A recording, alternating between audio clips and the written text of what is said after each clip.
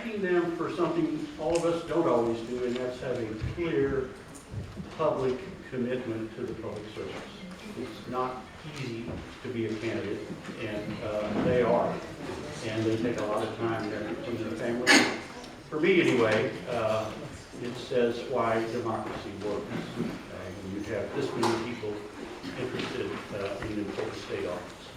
I'm Joe Wharton. I've been around town a couple of years, and I've been asked to facilitate, and it took me about 10 seconds to agree to do that, because I care about these issues. A facilitator is simply a chauffeur. Facilitators don't inject themselves into the discussion. I know the questions that are coming from the panel, but I didn't participate in the development of those questions on purpose, because that's their issue, not my issue.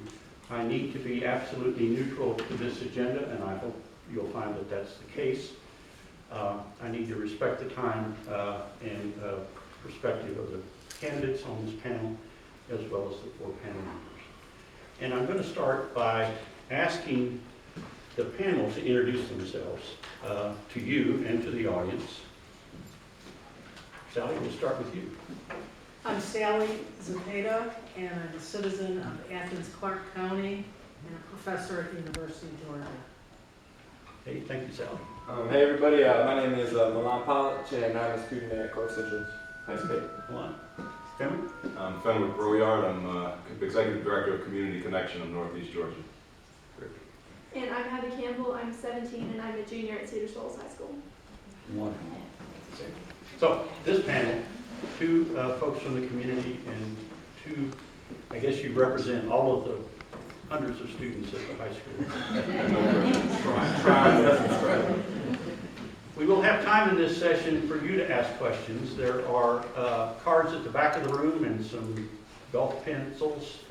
If you would like to ask a question, you came here with an issue that you'd like to see raised in this forum, please take a moment to fill that out, and we'll pass them forward, and then I'll be asking those questions of the candidates at the end of the session.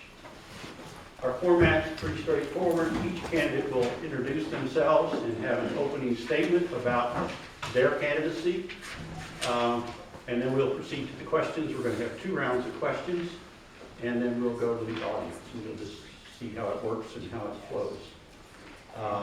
Why don't we get started? Denise? Can I use first names? Yes. Okay, go.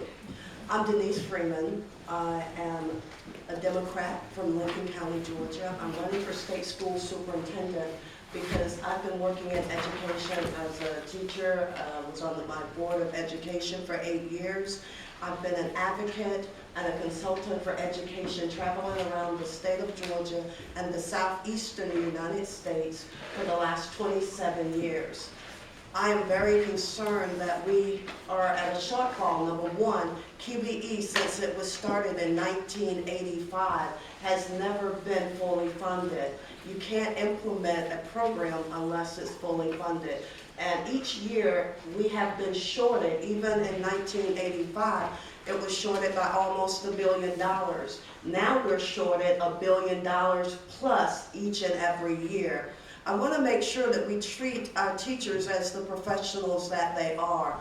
We sometimes don't include our teachers in the decision-making process, and they need to be included because they're on the front line. I want to also make sure that education is put back in the minds of our governors and our legislators in Atlanta to make them understand how important public education is in the state of Georgia. If we could spend $35,000 to house a prisoner in the state of Georgia, we should be able to spend whatever we need to educate our future, which is our children in the state of Georgia. So I'm Denise Freeman, Democrat. Thank you. Thank you, Denise. I failed to mention to the panel, we have a federal person here. And Denise, you didn't, I noticed Denise didn't look at the panel and nailed it. You were perfect, so thank you. Beth Campbell, who's the president of the PTO from Cedar Shoals. Thank you guys so much for coming. If you feel the need, we're paying $100 for this room.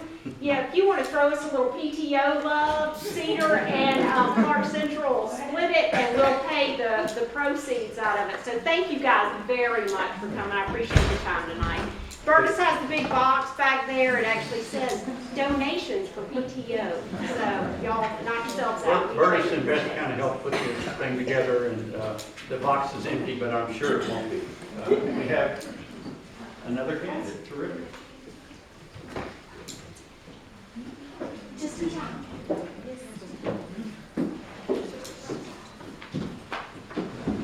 Valerie, let's start with you. Good evening. My name is Valerie Wilson, and I am also a Democrat running for the state school superintendent. I've spent the last 20 years of my life working in government, working to improve the lives of families, but most specifically children. I served as the director of the Human Services Department at Fulton County, where I managed about 300 people and a budget of about $30 million. I currently work as the executive director of the Atlanta Beltline Partnership, where I'm also responsible for a multi-million-dollar budget, as well as creating partnerships and collaborations across a spectrum of diverse groups and peoples. I've also spent the last 12 years of my life working as a school board member in the city schools of Decatur, where of those 12 years, I served as chair of that board through what was probably in City Schools of Decatur's history, one of our most tumultuous time periods. I'm running for state schools. Oh, I almost forgot. I also served as president of the Georgia School Boards Association, where I have the opportunity to travel across the state and to see the disparities of our school systems across the state. I'm running for state school superintendent because I believe that we have to refund public education. We have defunded it over the past 10 to 12 years to the tune of about $7 billion. I'm also running because I want to stop this movement to privatize public education. I think that the majority of the 1.7 million children in this state will attend public schools, and we need to make sure that public schools are a priority in this state. I'm sorry. Thank you. You'll hear the rest.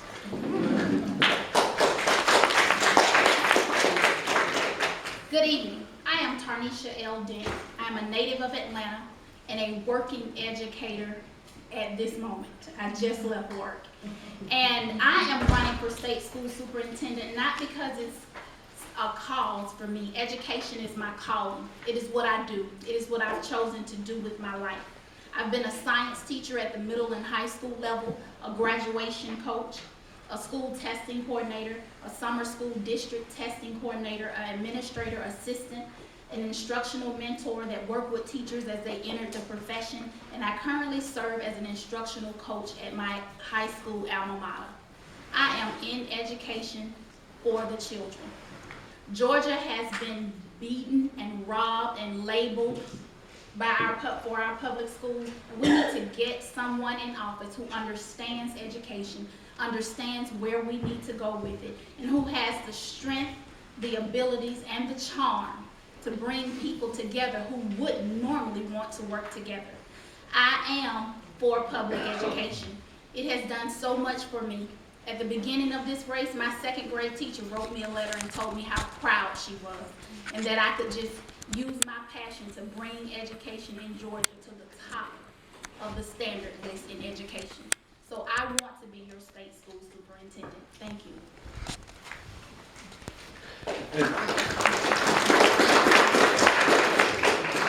Yeah, good evening. My name is Richard Woods. I'm a Republican candidate for the office of State School Superintendent, as I was in 2010, running for this very same office.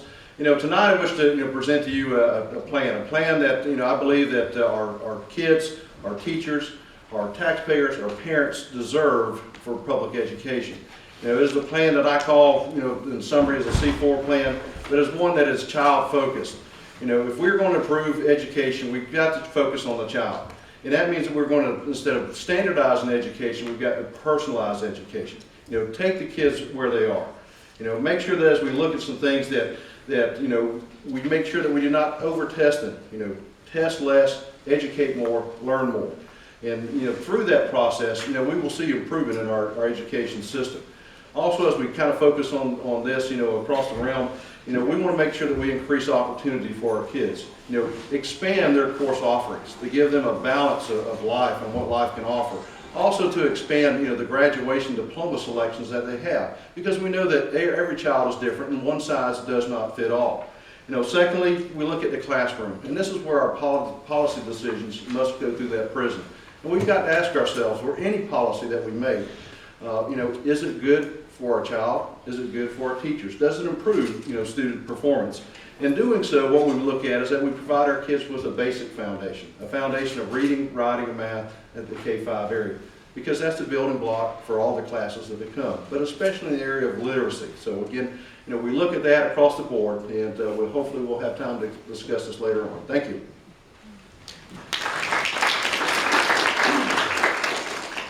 Good evening, ladies and gentlemen. My name is Kira Willis. I'm looking out here, and I have to say I am so happy to see the young people out in the audience. We have been around lots of these, and there haven't been this many. I call you youngsters because you are to me, youngsters, and it's so heartwarming to see you guys, because in the end, really, it's about you. I'm so happy to be here. Again, my name is Kira Willis. I am a product of public school, an educator in public school, and a parent whose children attend public school. I have a daughter who's in first grade and a little guy who is getting ready to start pre-K next year. My husband is an assistant principal. My mother is a retired educator, and I've been doing this now for 21 years. I have also am a native of Georgia. Graduated from Roswell High School and now live in Roswell. But I want to talk a little bit about sort of the role of the state school superintendent. And we need to make sure that we understand that the state school superintendent isn't the CEO of education. She's more of the director of HR. She's not the CFO. She doesn't direct all of that money. That's the legislature's job. So the state school superintendent's job really is to garner all of these people, the State Board of Education, the legislature, working underneath the governor's vision and making sure that everybody's on the same page and working together. And I tell you, if there's somebody in a high school who can wrangle 160 teenagers and ensure that they're all working together, I'm pretty sure that I can make the boys down at the Dunn work together too. So I thank you so much for your time, Kira Willis, and I am a Republican. Good evening. I hope you don't mind, but I'm going to stand because in teaching, it just feels comfortable to me. I can project better. I can't sit down. I'm sorry. I'm a workaholic. I move, and I do what it takes to get the job done. So forgive me for standing, but I've already sat down for a couple of hours writing down here. My name is Jarita Forehand-Mays, and I'm running for state school superintendent. Why am I running for state school superintendent? A number of reasons. It's important. Your children are important to me. Every child is important to me. We, as Georgia, as strong as we are, as intelligent as we are, as wealthy as we are, we deserve to have every child to be educated. Every child, regardless as to race, color, regardless of the wealth or no wealth, every child is important in Georgia, because that's what it's going to take to raise the standard for Georgia as a whole, to come from the bottom to get to the top. Scholastic aptitude need to come up. Our high school graduation rate, we need to address it. We need to address the rigor for Georgia as a state.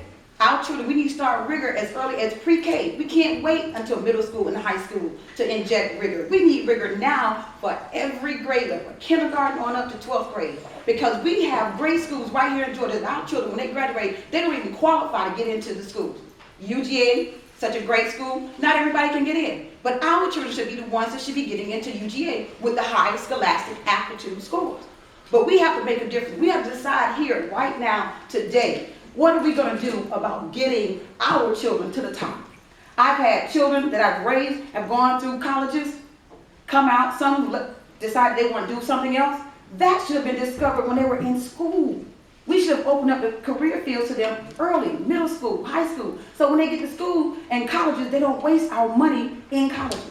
So let me just say, again, if you need to know any more about my credentials and what I have, go to my website, www.jaritamays.com. I don't want to waste time on that. You can look on my website, www.jaritamays.com. Thank you.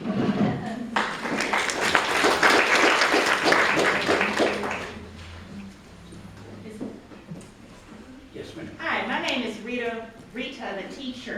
it seems. I'm currently a teacher at Druid Hills High School in Atlanta, close to Emory University. I have 24 years experience in the classroom. I'm running for this seat because I am an educator. I have been fighting for education for years. I did not just decide that I want to run for office just because. I understand the impact of those days. I understand why kids get disillusioned with school and want to drop out. I get upset when I see wonderful, outstanding teachers leave the profession because of the fact that they can't make ends meet because of what our state is doing. I have garnered relationships with legislators across the aisle, as well as Democrats. I am a Democrat. And I am the one who will be able to do what the state school superintendent does and what the office is in charge of. That's test scores, teacher evaluations, dropout rate. And then the superintendent deals with the budget that the governor gives them. And as we know, it's a small amount of money. A teacher, an educator, needs to have that position because no one like an educator understands what we deal with on a day-to-day basis. Our children need to get the best education possible. They need to have plans in place so that when they graduate, they can become contributing citizens to our society. We need to get rid of the unfair teacher keys, teacher evaluation system, which unfairly puts our, which that time thing always messes me up, which unfairly attaches our test scores to evaluations. Thank you. Thank you. Let's start with questions, and again, each of the four panelists will ask a question of each of the panel, of each candidate, of each of the, never mind. It's worse than the 30 seconds. Go ahead, Sally, jump in. Okay, thank you. This question is for Valerie Wilson. In serving your aspiration to be the next state superintendent, what is your position on the use of value-added measures as a major predictor of teacher effectiveness, knowing that the research tells us that the use of value-added methods and measures, including the American Statistical Association, have vigorously slammed these methods for use with salary or employment consequences? Wow. That's a mouthful. I need you to repeat that. I'm sorry. That was a mouthful. I wasn't ready for that. I'm sorry. Okay, that's all right. As you know, our state in 2014 has the TEKS, the Teacher Fees Effectiveness System Evaluation System. And 50% of the teacher's score at the end of the year will be based on the results of students' test results. So given that, what is your position on the use of value-added measures to judge teacher effectiveness? Thank you. You're repeating it. I'm sorry, that was just a lot. I can tell you that I believe that teachers don't mind being evaluated. They actually appreciate that because it allows them to be better at what they do.